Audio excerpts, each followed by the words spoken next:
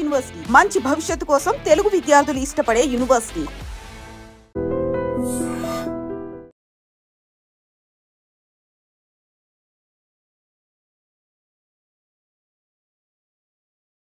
నిజామాబాద్లో గుడి కట్టారు. అసలు ఆ గుడి నిజంగా ఇంతకుముందు చాలాసార్లు మీరు విజిట్ చేయమని చెప్పారు, కుదరలేదు. డెఫినెట్గా ఈసారి విజిట్ చేస్తాను సార్ ఫ్యామిలీతో.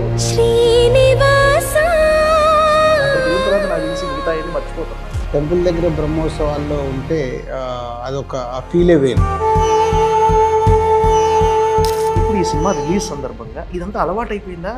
ఇంకా ఈ సినిమాకు కూడా ఒక తొలి సినిమా లాగా ఒక ప్రెజర్ కానీ ఈ రిజల్ట్ ఎలా ఉండబోతుంది? తమ్ముడు విషయంలో నాకు జడ్జిమెంట్ ఉంది. ఈ సినిమా థియేటర్ ట్రైలర్తో ఎలా అయితే ఫీల్ అయ్యారో, వావ్ నితిన్తో ఇలాంటి సినిమా చేశారు, సినిమా అయిన తర్వాత కూడా ఆడియన్స్ అదే ఫీల్ అవుతారు.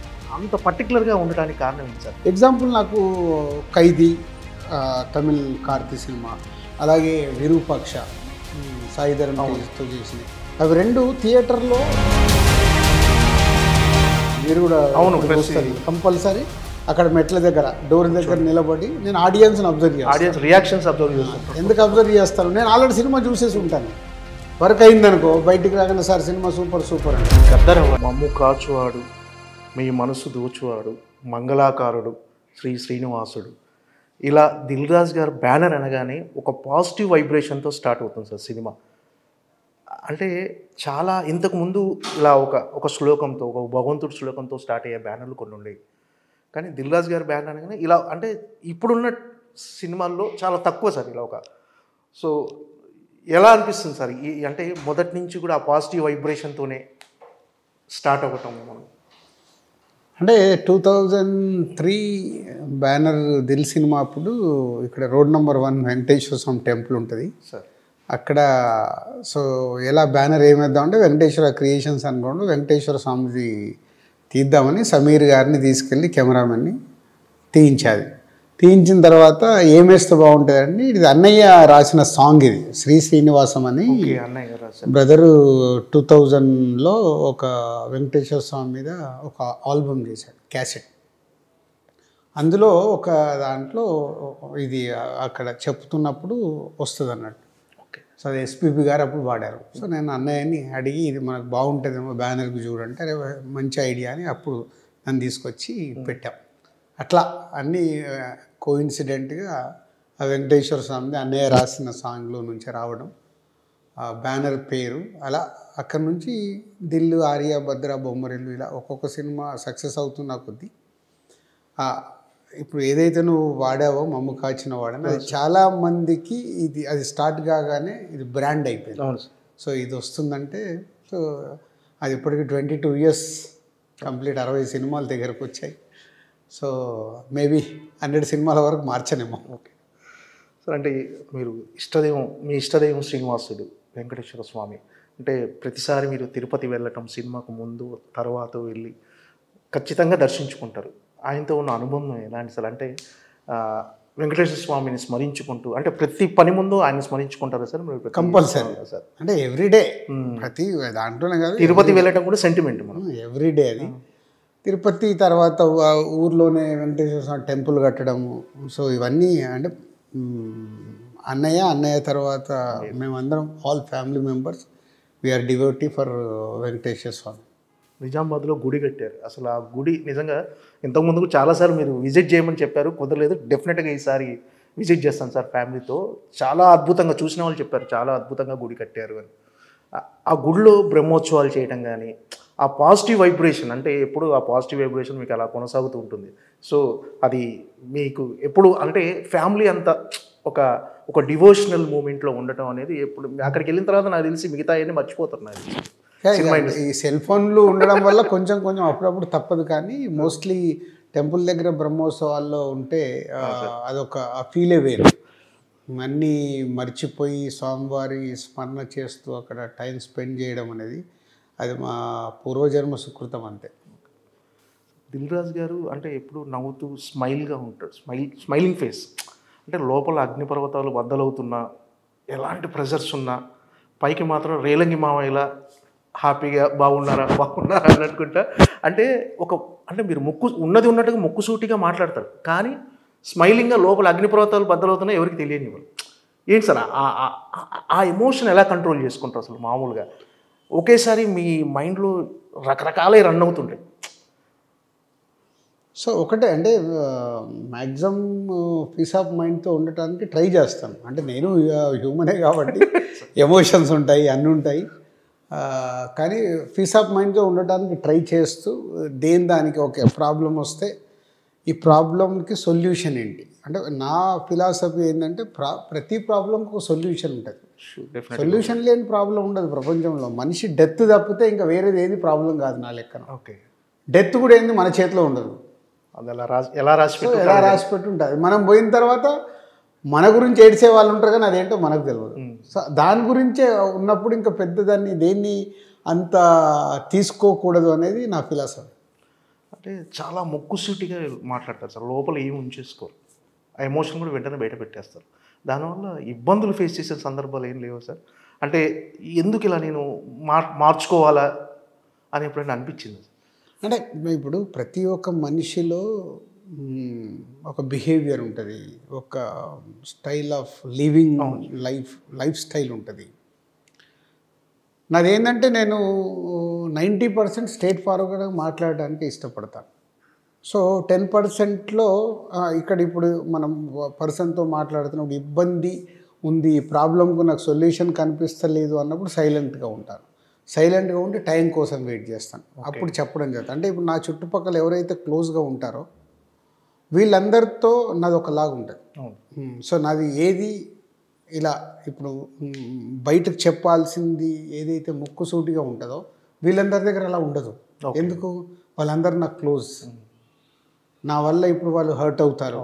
సో నేను సైలెంట్గా ఉండడం వల్ల కూడా వాళ్ళు హర్ట్ అవుతారు. అంటే మీరు సైలెంట్గా ఉన్న అర్థమైపోద్ది వాళ్ళకి, మీరు ఏమనుకుంటున్నారు అర్థమైపోద్ది. సో అట్లా అంటే సాధ్యమైనంత మట్టుకు స్ట్రేట్ ఫార్వర్డ్గా అనిపించింది చెప్పేస్తే అయిపోద్ది కదా. దానివల్ల ఎదుటోళ్ళు టెంపరీగా బాధపడవచ్చు, బట్ లాంగ్ రన్లో మేబీ అర్థమవుద్ది. ఇక అర్థం చేసుకోవాలి వాళ్ళతో ఏముంటుంది, మనకి ఇంకా రిలేషన్ ఉండదు. సో రిలేషన్ లేనప్పుడు మనం అర్థం చేసుకున్నప్పుడు ఇంకా రిలేషన్ అవసరం లేదనేది నా ఫార్ములా. ఓకే, అంటే దిల్ రాజు గారు పీక్స్ అంటే సక్సెస్లో పీక్స్ చూశారు, ఆ ఎమోషన్ వేరు, ఫెయిల్యూర్ కూడా చూశారు.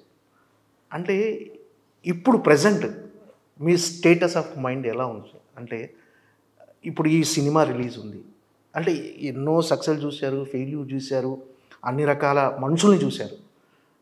ఇప్పుడు ఈ సినిమా రిలీజ్ సందర్భంగా ఇదంతా అలవాటు అయిపోయిందా? ఇంకా ఈ సినిమాకు కూడా ఒక తొలి సినిమా లాగా ఒక ప్రెజర్ కానీ, ఈ రిజల్ట్ ఎలా ఉండబోతుంది, ఎలా రిసీవ్ చేసుకోబోతారు జనాలు అని ఒక బేసిక్గా ఇప్పుడు ఇంతకు ముందుకి ఇప్పటికి ఏంటంటే వచ్చిన ఎక్స్పీరియన్స్తో సినిమా నేను ఎడిటింగ్ రూమ్లో చూసినప్పుడే నాకు ఒక జడ్జిమెంట్ ఉంటుంది. ఓకే, ఈ సినిమా ఇలా వర్క్ అవుతుంది, ఇలా వర్క్ అవ్వదు. సో ఇప్పుడు తమ్ముడు విషయంలో నాకు జడ్జిమెంట్ ఉంది. ఈ సినిమా థియేటర్ డైరెక్టర్ ఏదైతే అనుకున్నాడో ఆ ఎక్స్పీరియన్స్ ఇవ్వబోతుంది. సో ఆ ఎక్స్పీరియన్స్తో ఆడియన్స్ బయటకు వచ్చినప్పుడు ట్రైలర్తో ఎలా అయితే ఫీల్ అయ్యారో, వావ్ నితిన్తో ఇలాంటి సినిమా చేశారు. సో సినిమా అయిన తర్వాత కూడా ఆడియన్స్ అదే ఫీల్ అవుతాడు, ఓ నితిన్తో ఒక డిఫరెంట్గా భలే ట్రై చేశారు. మళ్ళీ ప్రాపర్ కమర్షియల్గా ఉంటుంది, ప్రాపర్ ఎమోషన్ ఉంటుంది. 2 hours 25 minutes నియర్లీ లెంత్ ఉంది సినిమా. సో ఆడియన్ ఎంగేజ్ అవుతాడు, ఆడియన్ ఒక ఎక్స్పీరియన్స్ ఫీల్ అవుతాడు అనేది నేను యావిడ్లో చూసినప్పుడు సౌండ్ ఎలా రాబోతుంది, విఎఫ్ఎక్స్లు ఎలా ఉండబోతున్నాయి అనేది నాకు ఒక ఐడియా ఉంటుంది. కాబట్టి అవన్నిటితో నేను ఊహించుకొని చాలా రిలాక్స్గా ఉన్నాను. ఓకే, సో ఈ సినిమాకి ఇప్పుడు ఛాలెంజ్. సో నితిన్కి కంటిన్యూగా లాస్ట్ 4-5 ఫిలిమ్స్ వర్కౌట్ అవ్వాలి. ఇప్పుడు ఆడియన్ని థియేటర్కి తీసుకురావాలి. సరే థియేటర్కి వచ్చాక కదా వాళ్ళు ఎక్స్పీరియన్స్ ఫీల్ అయ్యేది. సో థియేటర్కి తీసుకురావడానికి ఏం చేయాలనేది ఎక్కువ ఆలోచిస్తూ, సో మీడియా వాళ్ళందరినీ కలవడానికి కూడా అదొక మేజర్గా రీజన్. అందరినీ కలిసి నా సినిమా గురించి నేను చెప్పేయాలి, చెప్తే ఇది మీడియా ద్వారా ఆడియన్స్కి రీచ్ అవుతే, అరే రాజుగారి ఇలా చెప్తున్నారు, ట్రైలర్ ఆల్రెడీ వచ్చింది, ఈరోజు రిలీజ్ కాబోతున్న సాంగ్ ఒక అమ్మవారి సాంగ్ ఉంటుంది, అది డివైన్ టచ్ బాగుంటుంది. ఇవన్నీ మెటీరియల్ చూస్తూ రాజుగారు చెప్పింది వాళ్ళకు నచ్చితే వాళ్ళు July 4th థియేటర్కి వచ్చిందనుకో వాళ్ళ ద్వారా ఆడియన్స్ దగ్గరికి వెళ్తుందని నమ్ముతున్నాను. మొదటి నుంచి కూడా రాజుగారు కంటెంట్ ఈజ్ కింగ్ అనే నిర్మాతల్లో చాలా తక్కువ మంది నిర్మాతలు రాజుగారు ఒకరు. అంటే ఈ సినిమా దిల్ రాజు గారి బ్యానర్లోనే చేయాలి, దిల్ రాజే తీయాలి అన్నంత ఇన్స్పైర్ చేసిన అంశం ఏంటి అసలు? ఈ కథ వేణు శ్రీరామ్ గారు చెప్పినట్టు ఇప్పటి వరకు అన్న అన్న చెల్లెళ్ళు అక్క ఇలాంటి కథలు వచ్చినాయి సార్. అంటే ఇందులో something special. Total is a different film ఇది. అన్న తమ్ముడు అక్క స్టోరీ బేస్ అయినా దీనికి డైరెక్టర్ ఇప్పుడు ఎంసీఏ వకీల్ సాబ్ తర్వాత డైరెక్టర్ చేస్తున్న సినిమా. సో శ్రీరామ్ వేణుకి, సో వేణుకి కూడా చాలా ఇంపార్టెంట్ ఫిలిం. సో వేణు చాలా జాగ్రత్తగా ఈ సినిమాని థియేటర్లో ఎక్స్పీరియన్స్ ఎలా చూపించాలనే దాని గురించి 150 days ఈ సినిమా షూట్ చేశాడు. అంటే జాగ్రత్తగా షూట్ చేశాడు. అంటే ఆ షార్ట్స్ ఎలా కావాలి ఏంటి. 80% సినిమా ఫారెస్ట్లో ఉంటుంది, అంటే లైట్ కోఆపరేషన్ ఉండదు. నైట్లో షూటింగ్ ఉంది, నైట్లో షూటింగ్ ఉన్నప్పుడు ఆ లైట్ సెటప్ ఇట్లా చాలా హోంవర్క్ చేస్తూ వాళ్ళు చేశారు. Almost we spended 75 crores budget ఈ సినిమాకి. 35 crores ఈజ్ ఫర్ మేకింగే. ఓకే, 35 crores మేకింగ్ మీద ఎక్కువ స్పెండ్ చేసాం. అలాగే లాట్ ఆఫ్ విఎఫ్ఎక్స్ 2 hours 25 minutesలో చిన్నగా పెద్దగా చూస్తే 2 గంటలు సినిమా విఎఫ్ఎక్స్లోనే ఉంటుంది. అంటే చిన్న షాట్ కావచ్చు, పెద్ద షాట్ కావచ్చు, అట్లా చూస్తే. సో ఎక్స్పీరియన్స్ ఇవ్వడానికి ఒక కొత్త అప్రోచ్ ఈ సినిమా. మా బ్యానర్లో అయితే ఇంతకుముందు వచ్చినట్టు ఏ సినిమాతో దీన్ని పోల్చలేము. ఒక ఎక్స్పీరియన్స్ ఫిలిం. పోతే ఇప్పటి వరకు రాని రిలేషన్ మా బ్యానర్లో వచ్చిన దాంట్లో నాన్న కొడుకు బొమ్మరిల్లు కావచ్చు, శతమానం భవతి 3 generations కావచ్చు, బలగం 3 generations మీద, అలాగే సీతమ్మ వాకిట్లో బ్రదర్స్ మీద, ఇట్లా అన్ని ఎమోషన్స్ టచ్ అయినాయి. వేణు తీసిన ఎంసీఏ మరిది వదిన మీద. సో ఫస్ట్ టైం ఒక తమ్ముడు అక్క స్టోరీ మా బ్యానర్లు ఇప్పటివరకు రాలేదు. సో తమ్ముడు అక్క మీద ఒక డిఫరెంట్ అప్రోచ్గా ఉండే ఒక యాక్షన్ థ్రిల్లర్ ఫిలిం ఇది. అండ్ విత్ వాళ్ళ ఎమోషన్ ఉంటూ ఒక ఎక్స్పీరియన్స్ ఇచ్చే సినిమా. అంటే మామూలుగా ఇది ఈ సినిమా ఫ్యామిలీ ఆడియన్స్ డెఫినెట్గా టార్గెట్ చేసిన సినిమా ఇది. నాట్ ఓన్లీ ఫ్యామిలీ, ఈ సినిమా చిన్నపిల్లలకి, ఫ్యామిలీస్కి, మాస్కి, యూత్ కూడా లైక్ చేస్తారు. ఫ్యామిలీ, సో ఇది అందరికీ నచ్చే సినిమా. అంటే ఫ్యామిలీ ఆడియన్స్ అంటే దాంట్లో కాంబో పిల్లలు కూడా వచ్చేస్తారు సార్, కిడ్స్ కూడా అందరూ వచ్చేస్తారు.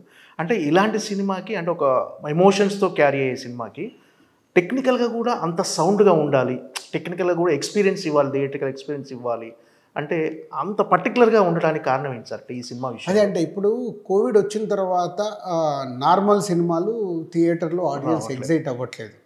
సో వేణు నాకు చెప్పినప్పుడు కూడా సార్ ఈ సినిమాని ఇలా తీద్దాం అనుకుంటున్నాను, ఇలా చేసినప్పుడే మనం ఆ ఎక్స్పీరియన్స్ ఇవ్వగలుగుతామని. అంటే ఎగ్జాంపుల్ నాకు ఖైదీ తమిళ్ కార్తీ సినిమా, అలాగే విరూపాక్ష సాయిధరం తేజ్తో చేసినాయి, అవి 2 థియేటర్లో వాళ్ళు తీసుకున్న థీమ్లో నుంచి ఒక ఎక్స్పీరియన్స్ ఇచ్చారు. సో ఎగ్జాంపుల్ అలా తమ్ముడు అలా ఒక ఎక్స్పీరియన్స్ త్రూఅవుట్ టెంపోలో ఉంటూ ఒక ఎక్స్పీరియన్స్ ఇస్తుంది. సో దీనికి కావాల్సిన టెక్నికల్ వాల్యూస్ అన్నీ చేస్తూ ఆ విఎఫ్ఎక్స్లు కానీ సౌండ్ కానీ అన్ని జాగ్రత్తలు తీసుకుంటాం. సార్ వేణు శ్రీరామ్ గారు శ్రీ వెంకటేశ్వర క్రియేషన్స్ నుంచే డైరెక్టర్గా పరిచయం అయ్యాడు. దాని తర్వాత 2వ సినిమా ఎంసీఏ మన బ్యానర్లో చేశాడు, 3వ సినిమా వకీల్ సాబ్ చేశాడు, ఇప్పుడు ఈ సినిమా సార్. అంటే కంటిన్యూగా ఆ డైరెక్టర్, అంటే వేణు శ్రీరామ్ అనే డైరెక్టర్ బయట చేయకుండా ఓన్లీ వెంకటేశ్వర క్రియేషన్స్లోనే చేస్తున్నాడు. అంటే ఇచ్చిన కంఫర్ట్స్ అలాంటియా? అంటే బేసిక్గా డైరెక్టర్కి ప్రొడ్యూసర్కి ఒక వేవ్ లెంత్ ఉండాలి, అది నేను నమ్ముతాను. నాతో పనిచేస్తున్న డైరెక్టర్స్, నెంబర్ ఆఫ్ మూవీస్ చేస్తున్న డైరెక్టర్ ఇప్పుడు అనిల్ రావిపూడి ఇన్ని సినిమాలు చేశాడు, అంటే మాకు ఒక వేవ్ లెంత్. అలాగే వంశీ పైడిపల్లి ఆల్మోస్ట్ అన్ని ఫిలిమ్స్ ఇక్కడే చేశాడు, ఒక ఊపిరి తప్పితే ఒక వేవ్ లెంత్. అంటే అలాగే శ్రీరామ్ వేణు ఇది 4వ సినిమా. వేవ్ లెంత్ అంటే ఒక డైరెక్టర్కి ప్రొడ్యూసర్కి డైరెక్టర్ ఏం కోరుకుంటున్నాడు అనేది నాకు అర్థం అవ్వాలి. అరే రాజుగారు అయితే ఇక మేము అడిగింది చెప్పగానే ఓకే ఇది వర్క్ ఇది అవుతుంది కాదు అనేది మాట్లాడతాడు. అలాగే వాళ్ళ దాంట్లో కూడా నేను అలాగే చెప్తాను, స్క్రిప్ట్ విన్నప్పుడు లేదు నాకు ఇది ఎక్కడ నచ్చట్లేదు, ఒకసారి ఏదో రాంగ్ వెళ్తున్నట్టుంది, చెక్ చేసుకోండి అంటే ఇప్పుడు నేను చెప్పిన డైరెక్టర్లు అందరూ చెక్ చేసుకుంటారు. రాజుగారు అంటున్నారు ఏంటి ఒకసారి చూద్దామని. అలాగే ఎడిటింగ్ రూమ్లో నాకు ఎక్కడైనా అనిపిస్తే ఇక్కడ లెంత్ అనిపిస్తుంది, ఇక్కడి నుంచి ఇక్కడికి కనెక్ట్ అవ్వట్లేదు, ఇప్పుడు ఎమోషన్ కనెక్ట్ అవ్వట్లేదు, లేకుంటే ఇక్కడ కొంచెం ల్యాగ్ అనిపిస్తుంది, ఇవన్నీ నాకు అనిపించినాయని చెప్తే వాళ్ళు నోట్ చేసుకుంటే వాళ్ళు వర్క్.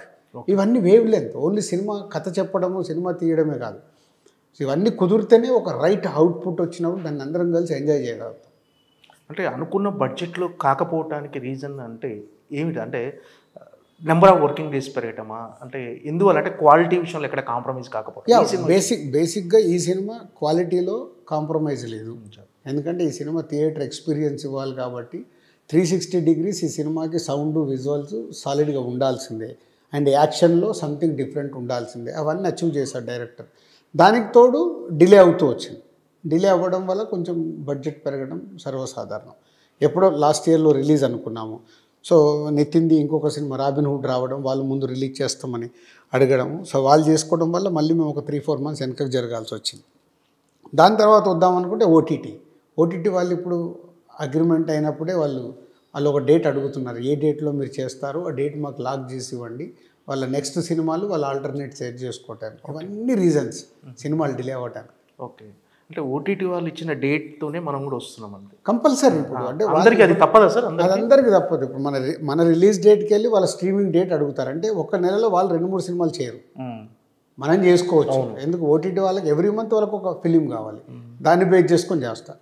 ఓకే, అంటే సినిమా ఓటీటీ చేతుల్లోకి వెళ్ళిపోయింది అనే అంటే అలా అనుకోవచ్చా? అంటే వాళ్ళే రిలీజ్ డేట్లు ఫిక్స్ ఓటీటీ చేతులకు వెళ్ళిందని చెప్పలేమంటే ఇప్పుడు సితారే జమీన్ పర్ ఉంది, అమీర్ ఖాన్ గారు నేను ఓటీటీకి ఇవ్వను, నేను థియేటర్కి రిలీజ్ చేశాడు కదా. అంటే మన మైండ్ సెట్ పోతే ఇప్పుడున్న పరిస్థితిలో థియేటర్కి ఫుట్ఫాల్ అనేది పెంచాల్సిన బాధ్యత మా అందరిపై ఉంది. దాని సైడ్ ఫోకస్ చేసినప్పుడు అన్నీ మారుతూ వస్తాయి, ఈక్వేషన్స్ అండ్ ఎకానమిక్స్ మారుతూ వస్తాయి. ఇప్పుడు ఎగ్జాంపుల్ ఒక 10 కోట్లకు కొంటున్న ఓటీటీ రైట్స్, అప్పుడు వాళ్ళు 5 కోట్లు ఇవ్వచ్చు. బట్ 5 కోట్లు ఇచ్చినా 5 కోట్లు నష్టపోయినా 5 కోట్లు మనం థియేటర్కల్ రెవెన్యూకి తెచ్చుకోవచ్చు. సో థియేటర్కల్ ఫుట్ఫాల్ పెరగాలంటే అందరికీ ఒకటి రావాల్సిందే, ఎప్పుడు ఒకరి చేతిలో ఒక సినిమా వెళ్ళదు. సరే, ఈ సినిమా సింగిల్ స్క్రీన్స్కి ఎలాంటి ఫీడ్ ఇవ్వబోతుంది? అంటే చాలా రోజుల తర్వాత ఒక మాస్ ఎంటర్టైనర్ రాబోతుంది, మాస్ యాక్షన్ థ్రిల్లర్ కానీ సెంటిమెంట్ కానీ అన్ని ఎమోషన్స్ ఉన్నాయి. అంటే కొన్ని సినిమాలు కొన్ని మల్టీప్లెక్స్కి మాత్రమే పరిమితం అవుతున్నాయి. నో, ఇది యూనివర్సల్ ఫిలిం. ఏబిసి సింగిల్ స్క్రీన్సే కాదు, డిస్ట్రిక్ట్స్లో కానీ, బి సెంటర్స్లో కానీ, సి సెంటర్లో కూడా క్లియర్గా అర్థమయ్యే ఒక action thriller film. And brother and sister emotion అనేది యూనివర్సల్ ఎమోషన్. అంటే ఇప్పుడు చాలా చోట్ల సింగిల్ స్క్రీన్ థియేటర్లు మూతపడుతున్నాయి. ఎక్కువ సింగిల్ స్క్రీన్ థియేటర్లన్నీ ఫంక్షన్ హాల్గా మారిపోతున్నాయి. ఇలా అంటున్నారు సార్. ఇలా అంటే కొన్ని సినిమాలు మళ్ళీ సింగిల్ స్క్రీన్కి పూర్వవైభవం తీసుకొస్తాయి అన్నట్లు. ఇది అలాంటి కోవలకు చెందుతుంది. డెఫినెట్గా ఇప్పుడు థియేటర్కి ఆడియన్స్ను తీసుకురాగలిగితే సో ఇలాంటి సినిమా ఎక్స్పీరియన్స్ ఇస్తుంది ఆడియన్స్. ఇప్పుడు మా ఛాలెంజ్ అంటే అదే. ఓకే, తమ్ముడు సినిమా నేను ఫ్రైడే రోజు ఎన్ని థియేటర్లు ఫుల్ చేయగలుగుతా అనేది నా ఛాలెంజ్. వరల్డ్ వైడ్గా నేను ఎన్ని థియేటర్లు ఫుల్ చేయగలుగుతా, ఫుల్ చేస్తే నా వర్క్ అయినట్టే. ఓకే, ఎందుకంటే వన్స్ ఆడియన్స్ థియేటర్కి వస్తే ఈ సినిమా ఎక్స్పీరియన్స్తో బయటకు వచ్చినప్పుడు ఒక వావ్ అనే ఫ్యాక్టర్తో బయటకు వస్తుంది. చాలా మూమెంట్స్ అంటే ఒక సెకండ్ హాఫ్లో ఫస్ట్ హాఫ్ గుడ్, వెళ్తూ గుడ్, ఇంటర్వెల్ ఒక హై ఇచ్చిన తర్వాత సెకండ్ హాఫ్లో 45-50 minutes థియేటర్ ఇలా వైబ్లో ఉంటుందని నేను నమ్ముతున్నాను. అంటే ఒక వావ్, ఓ ఓ ఓ అలా ఆ రియాక్షన్స్ ఉంటాయి. అవి ఉన్నప్పుడు న్యాచురల్గా మౌత్ టాక్ వెళ్ళిపోద్ది. సో అన్ని థియేటర్లకి జనాలు వస్తారు. అండ్ మేము ఎక్కడ కూడా టికెట్ రేట్లు పెంచట్లేదు, అంత నార్మల్గా చేసి ముందు ఆడియన్ని ఫుట్ఫాల్ పెంచాలి అనేది ఐడియా మీద చేస్తున్నాం. అంటే మార్నింగ్ షో సినిమా రిలీజ్ అయిన తర్వాత మీకు ఫస్ట్ అంటే ఒక జెన్యూన్ టాక్ మీరు ఎక్కడి నుంచి తీసుకుంటారు, ఎవరి నుంచి తెలుసుకుంటారు సార్? అంటే ఆడియన్స్ రెస్పాన్స్ నుంచా, లేకపోతే ఎక్కడి నుంచి మీరు అంటే మీరు మీ డిస్ట్రిబ్యూటర్లు ఫోన్ చేసి చెప్తారా? బేసిక్గా ఏమవుతుందంటే ఫస్ట్ నాకు ఇప్పుడు ఓవర్సీస్లో ఇక్కడ అయిపోకంటే ముందు షోస్ పడతాయి. ఓవర్సీస్ నుంచి నాకు 3-4 calls ఉంటాయి ఒరిజినల్గా నాకు జెన్యూన్గా చెప్పేవాళ్ళు. So overseas audience mind set కొంచెం క్లాస్ సైడ్ ఉంటుంది. Okay, majority of the films. So వాళ్ళ తర్వాత నేను ప్రసాద్ ఐమాక్స్కి వెళ్ళి, మీరు కూడా కంపల్సరీ అక్కడ మెట్ల దగ్గర డోర్ దగ్గర నిలబడి నేను ఆడియన్స్ని అబ్జర్వ్ చేస్తాను. ఎందుకు అబ్జర్వ్ చేస్తాను? నేను ఆల్రెడీ సినిమా చూసేసి ఉంటాను. నేను ఎక్కడెక్కడైతే వర్క్ అవుతుందా, ఆడియన్స్ బోర్ ఫీల్ అవుతుందా, కనెక్ట్ అవుతుందా లేదా తెలిసిపోద్ది. సో ఆ అనాలిసిస్తోనే నాకు అర్థమైపోద్ది, ఓకే వర్క్ అవుతుంది, వర్క్ అవ్వట్లేదు. వర్క్ అయిందనుకో బయటికి రాగానే సార్ సినిమా సూపర్ అంటారు.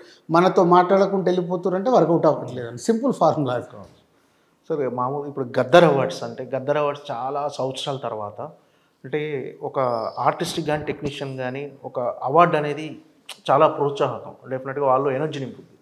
చాలా సంవత్సరాల నుంచి అది లేని ఒక అవార్డుని ఒక కొత్తగా ఈ గవర్నమెంట్ వచ్చిన తర్వాత మీరు ఒక బాధ్యతలు తీసుకొని ఈ అవార్డు ఫంక్షన్ చాలా గ్రాండ్గా చేశారు.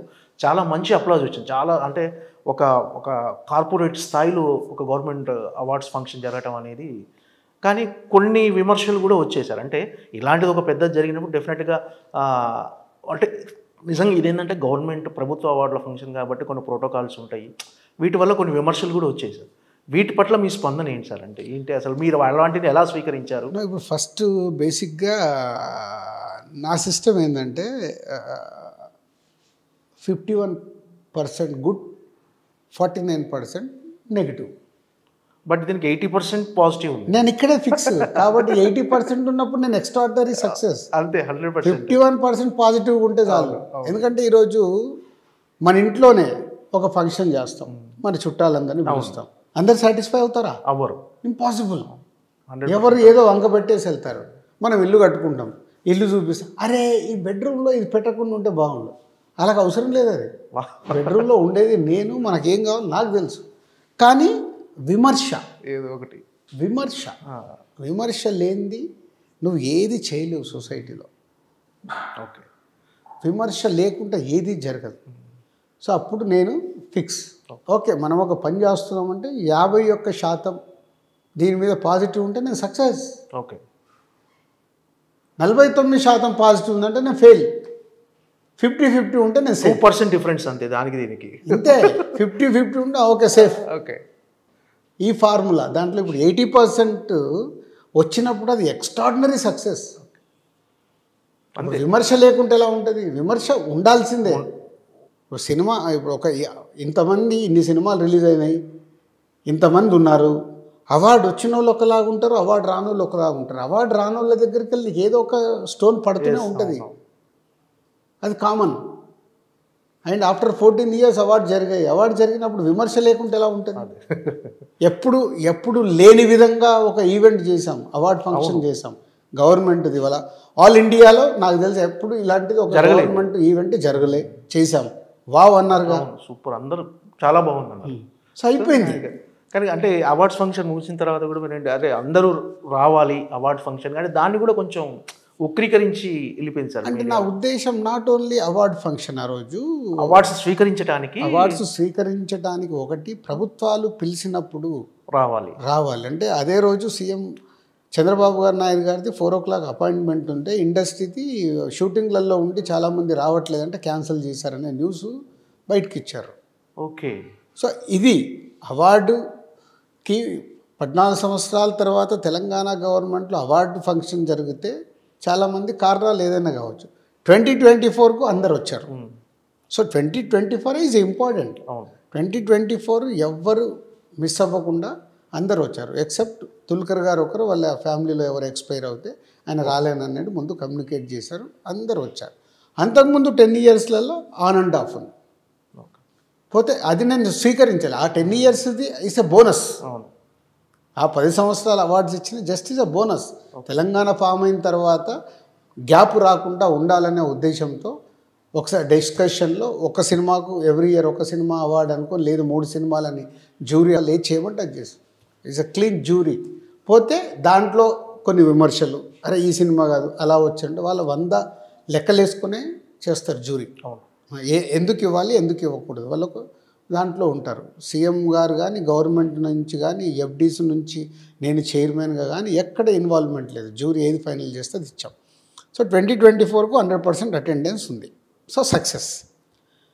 సో ఏపీ విజిట్ కూడా చాలామంది షూటింగ్ ఉందని క్యాన్సిల్ చేస్తే నాకు అది ఎందుకో అంటే కళ్యాణ్ డిప్యూటీ సీఎం గారు 1 year అయింది ఇక్కడ గవర్నమెంట్ ఫామ్ అయ్యి, ఇండస్ట్రీ నుంచి చంద్రబాబు గారిని సీఎం గారిని ఎవరు కలవలేదు అని వాళ్ళ ఆఫీస్ నుంచి ఒక స్టేట్మెంట్ వచ్చినప్పుడు, సీఎం గారు అపాయింట్మెంట్ ఇచ్చి పిలిచినప్పుడు అన్ని పనులు మనం వదిలేసుకొని వెళ్ళాలి కంపల్సరీ. అలాగే రేపు అక్కడ అవార్డ్స్ ఉంటాయి అనుకుంటున్నాను, అక్కడ కూడా నంది అవార్డ్స్ పెడతారు. పెట్టినప్పుడు ఇప్పటి నుంచే నంది అవార్డ్స్ అనౌన్స్ అయితే ఈవెంట్ ఎప్పుడు అందరు షూటింగులు క్లోజ్ చేసుకొని వెళ్ళాలి. ఆ ఉద్దేశం నాకు. దాన్ని వేరేలా ఇప్పుడు అదే నా పాయింట్ ఆఫ్ వ్యూ ఒకలాగా ఉంటే ఎవరు ఎలా అర్థం చేసుకుని అలా రాసేసి ఉంటారు. అదే నేను ఎప్పుడు ఐ డోంట్ కేర్ అంటాను.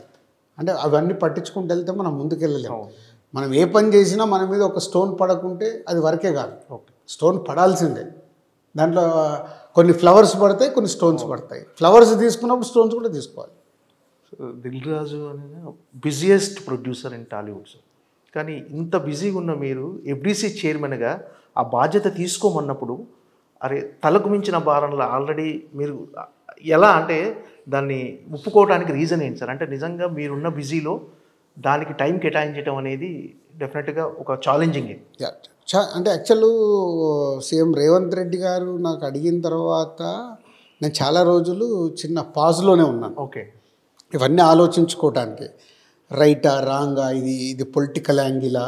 సో సీఎం గారేమో లేదు, నాకు సినిమా ఇండస్ట్రీకి గవర్నమెంట్కి ఒక బ్రిడ్జ్ లాగా ఉండాలి నువ్వు, ఎందుకంటే తెలంగాణ నుంచి your the Telangana person and ఇండస్ట్రీలో నీకు one of the important role play చేస్తున్నావు. సో నువ్వు ఉంటే సో ఏ గ్యాప్స్ రాకుండా ఉంటాయి. అండ్ హైదరాబాద్ని ఫిలిం హబ్లాగా చేయాలి. ఈ రెండే నాకు సీఎం గారు చెప్పినాయి. సో ఫిలిం హబ్లాగా చేయాలంటే నీలాంటి వాళ్ళు ఉన్నప్పుడే ఇది జరుగుద్ది. లాస్ట్ తెలంగాణ వచ్చి 10 సంవత్సరాలు అయిపోయింది.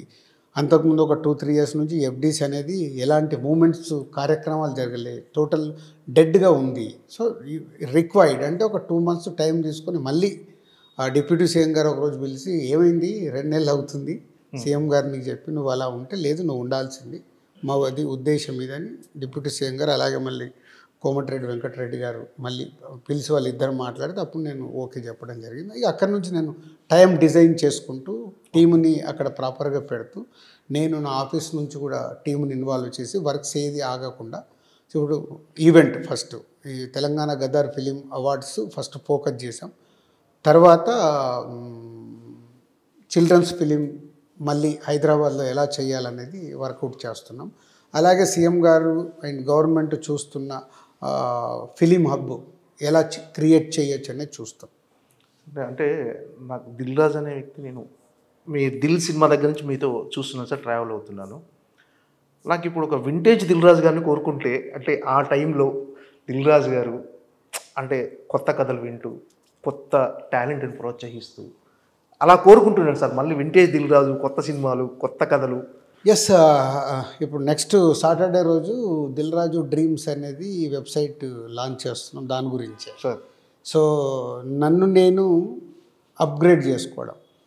ఒక 22 years బ్యాక్ నేను స్టార్ట్ అయినప్పుడు నేను కొత్త దర్శకులతో కొత్త వాళ్ళతో చాలా ఫ్రెండ్లీగా ఉంటూ అందరు కొత్త దర్శకులు ఒక 10 మంది 12 మందిని ఇప్పటికి ఇంట్రడ్యూస్ చేసాం అవుట్ ఆఫ్ 60 ఫిలిమ్స్లో. So Dil Raju dreams total కొత్త వాళ్ళ కోసమే, సినిమా ఇండస్ట్రీలోకి రావాలనుకునే కొత్త వాళ్ళ కోసమే ప్లాట్ఫామ్ క్రియేట్ చేసి వర్క్ స్టార్ట్ అయింది. టోటల్ 1.5 year నుంచి వర్క్ చేస్తున్నాను, అయిపోయింది. ఈ 28th లాంచ్ అయిన తర్వాత డెఫినెట్గా ఇయర్లీ మినిమం 5-6 కొత్త దర్శకుల్ని ఇంట్రడ్యూస్ చేయడానికి అవకాశం ఉంది మాకు, అది వర్క్ చేస్తున్నాం. అలాగే not only directors, writers, technicians, హీరోలుగా, హీరోయిన్స్గా, యాక్టర్స్గా, ఈవెన్ ప్రొడ్యూసర్స్గా రావాలనుకునే వాళ్ళకు కూడా అది ప్లాట్ఫామ్ క్రియేట్ చేస్తుంది. సో డబ్బు ఉంటుంది, ప్రొడ్యూస్ చేయాలి, బట్ వాళ్ళకి రూట్ ఉండదు. ఓకే. సో ఇక్కడ నుంచి ఒక రూట్ మ్యాప్ ఇస్తాం. ఓకే, నువ్వు ప్రొడ్యూస్ చేయాలనుకుంటే నీ బడ్జెట్ ఏంటి, నువ్వు తీసుకున్న సబ్జెక్ట్ అది వర్క్ అవుద్దా కాదా, అది ఫైనల్ డెసిషన్ వాళ్ళదే, కానీ ఒక గైడెన్స్ ఇవ్వాలనే దానికే అది ఒకటి వర్కౌట్ చేసి చేస్తాం. మీ 25 ఏళ్ల సినీ జర్నీలో సక్సెస్లు ఉన్నాయి, ఫెయిల్యూర్స్ ఉన్నాయి సార్. ఒకవేళ ఇప్పుడు అంటే కొన్ని మనకు తెలియకుండానే కొన్ని తప్పులు జరిగిపోతుంటాయి సార్. ఒకవేళ ఒక టైం మిషన్ లాంటిది వచ్చి దిల్ రాజు గారు అందులో ఉండి ఎక్కి మీరు వెనక్కి వెళ్ళే ఛాన్స్ వస్తే ఏ తప్పులు కరెక్ట్ చేసుకొని మళ్ళీ వస్తారంట, అంటే ఇది జరగకుండా ఉంటే బాగుండు అని, అలాంటిది ఏమైనా ఉందా సార్? అంటే ఏం లేదు, తప్పులతోని తప్పు అని కాదు, బట్ అలా జరిగిపోయింది. లైఫ్లో మన లైఫ్ జర్నీలో ఎప్పుడు ఏది కొత్తది వచ్చినప్పుడు అలా పాతది మనకు అద్భుతంగా ఉంటుంది సార్. పాత అద్భుతాలే. అంటే ఇప్పుడు నాకు ఆర్య తీసినప్పుడు కానీ, దిల్ తీసినప్పుడు కానీ, భద్ర తీసినప్పుడు కానీ, బొమ్మరిల్ తీసినప్పుడు, పరుగు, మున్న, కొత్త బంగారు లోకం, అవన్నీ అద్భుతమైన ఎక్స్పీరియన్స్లు. అవును, అద్భుతం ఆ రోజులు. అవన్నీ ఆ రోజులు నేను ఎంజాయ్ చేసి ఇప్పుడు చూస్తే ఇప్పుడు నేను ఆ ఎంజాయ్మెంట్ మిస్ అయిపోయాను. ఎందుకంటే లాట్ ఆఫ్ వర్క్స్ గుర్తు చేసుకుంటే మంచి కిక్ వస్తుంది. లాట్ ఆఫ్ వర్క్స్ ఇప్పుడు ఎలా చేయాలి, వర్క్స్ నేను డివైడ్ చేసుకొని ఓకే వర్క్ చేస్తున్నాను, పని చేస్తున్నా యాజ్ ఇట్ ఈస్గా అన్ని పనులు. అలాగే అప్పుడు ఎడిటింగ్ రూమ్లో చాలాసేపు ఉండేవాళ్ళం, ఇప్పుడు రెడీ పెట్టండి చూపించండి చూసేసి మళ్ళీ వెళ్ళిపోయి నోటీస్ రాసుకొని మళ్ళీ వచ్చి నాకు ఇవి అనిపించినాయని రాసిస్తున్నాను. అప్పుడు అలా కాదు, ఎడిటింగ్ రూమ్లో కూర్చొని ఇమ్మీడియట్గా పిలిచి వాళ్ళతోనే టైం స్పెండ్ చేసి నాకు అనిపిస్తున్నాను అక్కడే ఉండి వాళ్ళు వర్క్ అయిపోయిన తర్వాత అప్పుడు మళ్ళీ ఒక్కసారి చూసి వెళ్ళాము. ఇంత డిఫరెన్స్ ఉంది. ఓకే, అప్పుడు చేశాను, ఇప్పుడు చేస్తున్నాను. ఎక్కడైనా కాంప్రమైజ్ అవుతున్న ఫీల్ కలుగుతుందా సార్? అంటే డెఫినెట్గా ఒక వర్క్ పెరుగుతుంది, మీకు బడ్జెట్స్ పెరుగుతుంది. కాంప్రమైజ్లు ఈ మధ్య చాలా అయ్యాను. అవి నాకు సినిమా రిజల్ట్ల మీద పడింది. సో మళ్ళీ ఇప్పుడు ఫిక్స్ అయ్యాను. ఓకే, నో నో నో, నేను కాంప్రమైజ్ అవ్వకూడదు. నాకు అనిపించి నేను మళ్ళీ ముగ్గురు నలుగురితో ఎప్పుడైతే డిస్కషన్ చేసినప్పుడు వాళ్ళకు కూడా అనిపించిస్తుందో సో ఐఎమ్ రైట్. సో ఇక్కడ కాంప్రమైజ్ అయ్యేది లేదు. మోమాటానికి సినిమా ఎక్కిచ్చేది లేదు. మోమాటాలకి చాలా రోజుల నుంచి ఉన్నాడు డైరెక్టరు, సరే బాగానే ఉంది కదా అని లేదు. ఇప్పుడు పరిస్థితులే బాగలేవు. So no compromise. Okay, so cinema ఎత్తుకుంటే ఫస్ట్లో ఎలా చేసామో ఇప్పుడు అలాగే చేద్దామని ఫిక్స్ అయ్యే వర్క్ చేస్తాం. అంటే ఈ బిజీ ప్రయాణంలో ఒక దగ్గర ఆగి అరే ఎటు వెళ్తున్నాం ఒక్కసారి అనాలిసిస్ చేసుకుంటారు సార్ ఎప్పుడన్నా? చాలా చేస్తాం. అంటే మీలో మీరు అసలు ఎక్కడికి వెళ్తున్నామనో, ఎక్కడుంది మన జర్నీ, ఏంటి అని అనాలిసిస్ చాలా.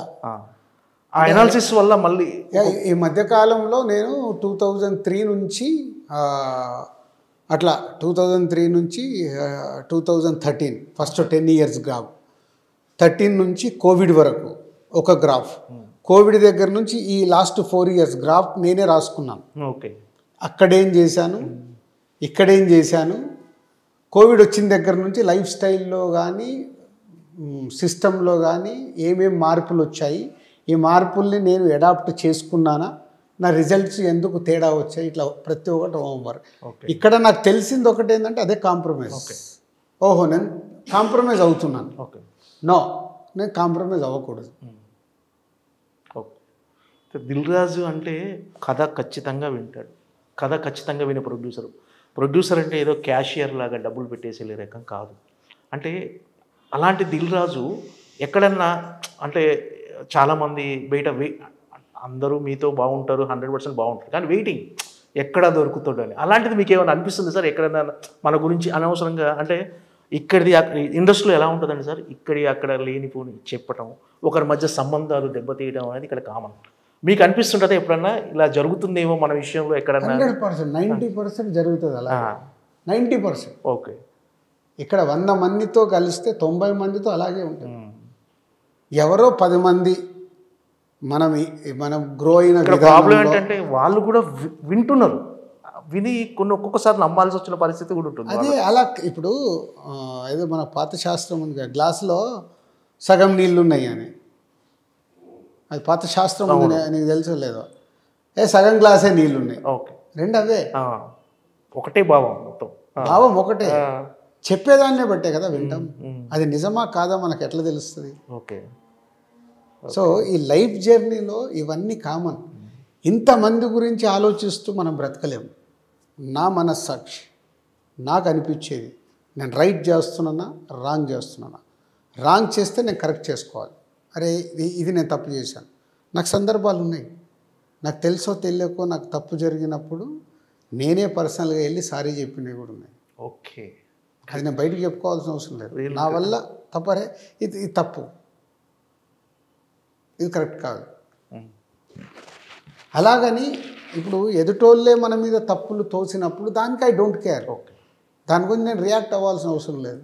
చాలా ఉంటాయి అట్లా ఇండస్ట్రీలో. ఎందుకు, ఇక్కడ ఎవరిది వాళ్ళం ఇండివిజువల్.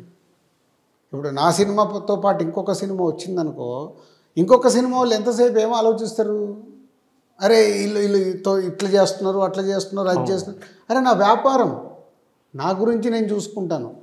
ఇప్పుడు నిన్ను మొత్తం నేను ఏదన్నా డ్యామేజ్ చేస్తే ఓకే, నేను 51% బాగుండి నీకు 49% ఇస్తే తప్పులేదు కదా. ఎందుకంటే ఎవ్రీవన్ ఇక్కడ బిజినెస్, అల్టిమేట్గా మళ్ళీ బిజినెస్ ఈజ్ నంబర్స్. డబ్బు లేకుండా ఎవరు ఇక్కడ ఫ్రీగా చేయరు, ఎవరు ఫ్రీగా చేయరు. పోతే నేను 22 సంవత్సరాలు సంపాదించుకుంది ఎవరికైనా చెప్తే వింటాను. నా పైన ఉన్న రెస్పెక్ట్ కావచ్చు, గుడ్ విల్ కావచ్చు, రాజుగారి కోసం మీరు చేద్దాంలే అని కొంతమంది అన్న వింటారు. అది నేను సాధించాను, అది చాలు కదా. 100%. అంటే రాజుగారు అంటే ఒక రెస్పెక్ట్. అంటే మీరు తీసిన సినిమాలు అలాంటివి. ఎగ్జాంపుల్ అంటే ఒక బలగం అనే సినిమా, అంటే అన్ని సినిమాలు ఆర్య కానీ, బొమ్మరిల్లు, కొత్త బంగారు లోకం, శతమానం భవతి కానీ ఏ సినిమాకి ఆ సినిమానే. కానీ బలగం అనే సినిమా అసలు ఎప్పుడో మర్చిపోయిన జనాలందరూ తెరలు కట్టుకొని చూడటము మీకు అంటే చాలామంది ఆ టైంలో ఎన్నికల క్యాన్వర్సింగ్ కూడా ఉపయోగించుకున్నారు బలగం అనే సినిమాని. అంటే అది అది తలుచుకున్నప్పుడు ప్రౌడ్గా అనిపిస్తుంది సార్ అలాంటి. డెఫినెట్గా. అంటే దానికంటే ముందు బలగం సినిమా కంటే ముందు హర్షిత్ ఒకరోజు సో ఇలా అంటే వాళ్ళందరూ కొంచెం సోషల్ మీడియాలో అక్కడిక్కడ ఉంటారు, నేను కొంచెం సోషల్ మీడియాకి దూరంగా ఉంటాను, ఎవరైనా పంపించింది చూడడం తప్పితే. హర్షిత్ ఎలా అయిందంటే 2023 బలగం మార్చిలో రిలీజ్ చేశాం. సో కొంచెం అక్కడ రకరకాలు అవి వస్తున్నాయి ఇవి వస్తున్నాయి, ఇది ఉంది అది ఉంది అని చెప్తే కూర్చోబెట్టుకుని ఒకటే చెప్పాను, హర్షిత్ ఇక్కడ గెలవాలంటే నువ్వు ఒక మంచి సినిమా ఇవ్వాలి. ఓకే, నువ్వు నెగిటివ్ ఏమొచ్చినా ఏది వచ్చినా నువ్వు పట్టించుకోవచ్చు. ఎందుకంటే మన చుట్టూ నెగిటివ్ లేకుంటే నీ విలువ తెలియదు. నీ విలువ ఎప్పుడు తెలుస్తుంది? ఆ నెగిటివ్లోకి వెళ్ళి కూడా నువ్వు సక్సెస్ ఇచ్చిన రోజు, ఆ సక్సెస్ నలుగురికి ఉపయోగపడిన రోజు ఒక్క నెగిటివ్ కనిపించదు. Harshit is realize after Balagam. Okay, Balagam అయిన తర్వాత వావ్ ఇంత తేడా ఉంటుందా చిచ్చా, రెస్పెక్ట్ ఆటోమేటిక్. ఎందుకు? ఆ సినిమా వాల్యూ అంతే. సో మనం ఏం ప్రయత్నం చేయాలి? నెగిటివ్ దానికి వాడు అట్లా అనుకుంటున్నాడంట, వీడు ఇట్లా అనుకుంటున్నాడంట, అదంటే ఇదంటే అని మనం బుర్రపాటు చేసుకునే బదులు ఫోకస్ ఆన్ మనం ఏమి ఇస్తున్నాం, ఏమి ఇవ్వాలి. దీనివల్ల డబ్బే కాదు, ఇప్పుడు సంక్రాంతికి వస్తున్నాం సినిమా బ్లాక్ బాస్టర్, డబ్బు కావాల్సినంత వచ్చింది. ఓకే, సో ఒక పక్కన ఒక ఫ్లాప్ సినిమా, ఆ ఫ్లాప్ సినిమాని మర్చిపోయేలాగా చేసింది అంటే నిజంగా మాకు అదొక చేంజ్ ఓవర్ లైఫ్లో. ఇప్పుడు మా 22 ఏళ్ళ ఎక్స్పీరియన్స్లో ప్రొడ్యూసర్గా ఒక చేంజ్ ఓవర్. కానీ బలగం లాంటి సినిమా ఇచ్చినప్పుడు సంక్రాంతికి వస్తున్నాం ఒక క్లాసిక్ ఇండస్ట్రీ రికార్డు అన్ని క్రియేట్ చేసింది. బలగం అనే సినిమా ఒక ఎమోషనల్గా క్రియేట్ చేసింది. ఇవి రెండు రకాలు. సంక్రాంతికి వస్తున్నాం, బలగం. సో మేమే నంబర్ ఆఫ్ సినిమాలు తీసే వాళ్ళకి ఏంది ఇట్లా కమర్షియల్గా మేము సినిమాలు ఇవ్వగలగాలి, ఎంటర్టైన్ చేయగలగాలి, ఇలా ఒక అద్భుతమైన సినిమాలు ఇవ్వగలగాలి. ఓకే, ఇప్పుడు F2 అనిల్ రావిపూడి తీసినప్పుడు నేను చెప్పాను, అనిల్ ఇది ఎంటర్టైన్మెంట్తో పాటు నువ్వు ఒక అద్భుతమైన మెసేజ్ ఇస్తున్నావు, నీకు తెలియట్లేదు దీంట్లో. సో మనం ఎంతసేపు మగాళ్ళ గురించే మాట్లాడతాము, సినిమా అంతా నవ్వుకుంటారు, నువ్వు ఆడాళ్ళ గురించి సీన్ రాసావు చూడు, ఈ సినిమానే మన సినిమా సూపర్ హిట్ చేస్తుంది. ఓకే, నాజర్ గారు చెప్పేసాను. It's a true. ఓకే, అప్పటి వరకు లేడీస్ మీద నవ్విస్తూ లేడీస్ ఇంపార్టెన్స్ చెప్పినప్పుడు సినిమాని బ్లాక్ బస్టర్ చేసేసారు F2. ఓకే, సో ఇలాంటి ఇంపార్టెంట్ థింగ్స్ అంటే మనం తీసే సినిమాల ద్వారా సక్సెస్ అవ్వాలి, డబ్బు రావాలి, ఎంతో కొంత వాళ్ళకు ఉపయోగపడేది ఉండాలి. దానివల్ల 100 మంది చూసినప్పుడు 1-2 దాని గురించి రియలైజ్గా మేము చాలా సక్సెస్ అయినట్టు. ఓకే, అంటే మీరు ప్రతి హీరోకి వాళ్ళ కెరీర్లో మరపురాని సినిమా అంటే డెఫినెట్గా ఒక మైల్ స్టోన్ కానీ సినిమా ఇచ్చారు. ప్రభాస్ గారికి మిస్టర్ పర్ఫెక్ట్ కానీ, నెక్స్ట్ మన అల్లు అర్జున్ గారి అసలు కెరీర్ టర్నింగ్ ఆర్య అనేది, దాని తర్వాత డీజే ఇచ్చారు, నెక్స్ట్ మన ఎన్టీఆర్ గారికి బృందావనం అని బ్లాక్ బస్టర్ ఇచ్చారు. రామ్ చరణ్ గారికి గేమ్ చేంజర్ కొంచెం నిరాశపరిచింది. భవిష్యత్తులో అంటే రామ్ చరణ్ ఫ్యాన్స్ కానీ అందరూ దిల్ రాజు గారు మళ్ళీ రామ్ చరణ్కి ఒక బ్లాక్ బస్టర్ ఇవ్వాలని కోరుకుంటున్నారు సార్. ఆ ప్రయత్నాలు ఏమైనా మొదలుపెట్టారు మళ్ళీ? అంటే ఇప్పుడు చరణ్తో ఏ స్క్రిప్ట్ విన్నా ఈ స్క్రిప్ట్ ద్వారా చరణ్కి ఎలా అప్రోచ్ అవ్వచ్చు, ఎలా ఇది కథ చెప్పొచ్చు అని ఆలోచిస్తున్నాను లాస్ట్ 4 months నుంచి. అంటే ఇప్పుడు నాకు 2026లో ఇప్పుడు తమ్ముడు రిలీజ్ అయిన తర్వాత ఇంకొక సినిమా ఉంది, ఆకాశం దాటి వస్తావు. ఆ 2 ఇప్పుడు రిలీజ్ అయిపోతాయి ఇయర్లో. ఇప్పుడు ఆగస్టు నుంచి మొదలు పెడుతున్నాం కొత్త సినిమాలు. రౌడీ జనార్దన అండ్ ఎల్లమ్మ బలగం డైరెక్టర్తో, అండ్ దేతడి అని ఆశిష్తో ఒకటి, అండ్ ఇంకొక ప్రాజెక్ట్ కూడా ఫైనల్ అయింది. 4 2026లో రీచ్ అవుతాయి, రిలీజ్ అవుతాయి. సో 2026లో మొదలై 27లో రిలీజ్ అయ్యే సినిమాలు ఒక 6 స్క్రిప్ట్స్ చేసి పెట్టుకున్నాం. వాళ్ళు ఫైనల్ స్టేజ్లో ఉన్నాం 6 స్క్రిప్ట్లో. ఓకే, సో ఇప్పుడు ఈ 6 స్క్రిప్ట్లు ఎవరిని ఎలా అప్రోచ్ అవ్వాలి, దేంట్లో స్టార్ హీరో ఫిట్ అవుతాడు, దేన్ని ఎలా చేయాలనే ప్యారలల్గా వర్క్ చేస్తున్నాను. ఇంకో 2-3 monthsలో నాకు క్లారిటీస్ వస్తాయి. ఓకే, సో ఓకే ఇప్పుడు నరేషన్స్కి వెళ్తాం. స్క్రిప్ట్స్ అయిపోయిన తర్వాత నెక్స్ట్ నరేషన్స్కి వెళ్ళేటప్పుడు ఇది ఏ హీరోకి వెళ్దాము, ఇది ఏ హీరోకి వెళ్దాము, ఇది ఎవరితో చేద్దాము అనే దాని మీద వర్క్ స్టార్ట్ చేసాం. దాంట్లో డెఫినెట్గా I want approach. Sir game changer విషయంలో రామ్ చరణ్ గారు శంకర్ని ఎంతైతే నమ్మి డైరెక్టర్ శంకర్ గారిని ఎంతైతే నమ్మారో దిల్ రాజు గారిని కూడా అంతే నమ్మి డేట్స్ ఇచ్చారు, ఆ సినిమా చేశారు. అంటే ఆ సినిమా విషయంలో దిల్ రాజు గారే కొంచెం ఎక్కడో కాంప్రమైజ్ అయ్యారు. దిల్ రాజు గారు అంటే ఆ శంకర్ గారితో జరిగిన ఇక్కడ అంటే ఆ ట్రావెలింగ్లో అంటే మీరే కొంచెం మీ వైపు నుంచి కొంచెం ఏమైనా జరిగిందా అని మీరు ఫీల్ అవుతున్నారా సార్ ఇప్పటికే? అంటే ఏం జరిగిందని అంటే ఆ కమ్యూనికేషన్ చేయడంలో కానీ అంటే దిల్ రాజు గారికి సినిమా ఇచ్చారంటే రామ్ చరణ్ గారు మిమ్మల్ని నమ్మి ఇచ్చారు, శంకర్ గారిని ఎంత నమ్మారో మిమ్మల్ని అంతే నమ్మారు. అంటే మీ విషయంలో అంటే మీరేమన్నా గిల్ట్ ఫీల్ అవుతున్నారు? నాకు ఒక రిగ్రెట్ అయితే ఉంది. రిగ్రెట్ ఏంటంటే అది ఇప్పుడు శంకర్ గారు లాంటి ఒక పెద్ద డైరెక్టర్తో నేను ఇప్పటి వరకు సినిమాలు చేయలేదు. నాకు 1-to-1 మాట్లాడుకునే డైరెక్టర్లతో నేను సినిమాలు చేశాను. 1-to-1 ఇట్లా కూర్చొని నాకు ఇది అనిపిస్తుంది ఏంటి మార్పులు చేర్పులు కూడా చెప్తారు, ఏదున్నా అక్కడైనా చెప్తాను. ఎయిటింగ్లో ఇప్పుడు శంకర్ గారితో సినిమా అనుకున్నప్పుడు శంకర్ గారు నాకు కథ చెప్పడము ఒక 45 minutes. మామూలుగా శంకర్ గారు ప్రొడ్యూసర్లకు కథ కూడా చెప్పరంట, నాకు ఎవరో చెప్పిన న్యూస్ అది.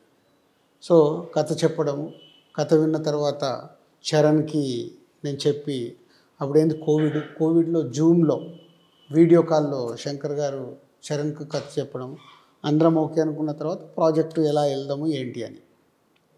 యాక్చువల్ సినిమా స్టార్ట్ చేసి ఫట్మని 2023 సంక్రాంతికి రిలీజ్ కావాల్సిన సినిమా ఓకే అనుకుంది. సంక్రాంతి ఆర్ సమ్మర్ అప్పుడు మేము పెట్టుకుంది 1 year to 1.5 yearలో చేయాలి, ఎగ్జాక్ట్లీ ఎలక్షన్స్ కంటే ముందు. ఓకే తెలుగు స్టేట్స్లో కానీ సెంట్రల్ ఎంపీ ఎలక్షన్స్ కంటే ముందు ఈ సినిమా రిలీజ్ అవుతే ఆ పొలిటికల్ యాంగిల్ ఈ పాయింట్స్ అన్నీ ఆడియన్స్కు రీచ్ అవుతాయి అనే దాంట్లో ఎగ్జైట్మెంట్ నాకు. సో ఈ షూటింగ్ స్టార్ట్ అవ్వడం అన్నీ ఇంకా ప్రాసెస్ మొదలైన తర్వాత అన్నీ ఒకటి డిస్టర్బెన్స్లు స్టార్ట్ అవుతున్నాయి. ఒకటి కాదు, అవన్నిటినీ బ్యాలెన్స్ చేసుకుంటూ వెళ్తూ సినిమా కంప్లీట్ చేశాను. రిజల్ట్ రాలేదనే రిగ్రెట్ నాకు ఎక్కువ ఉండిపోయింది.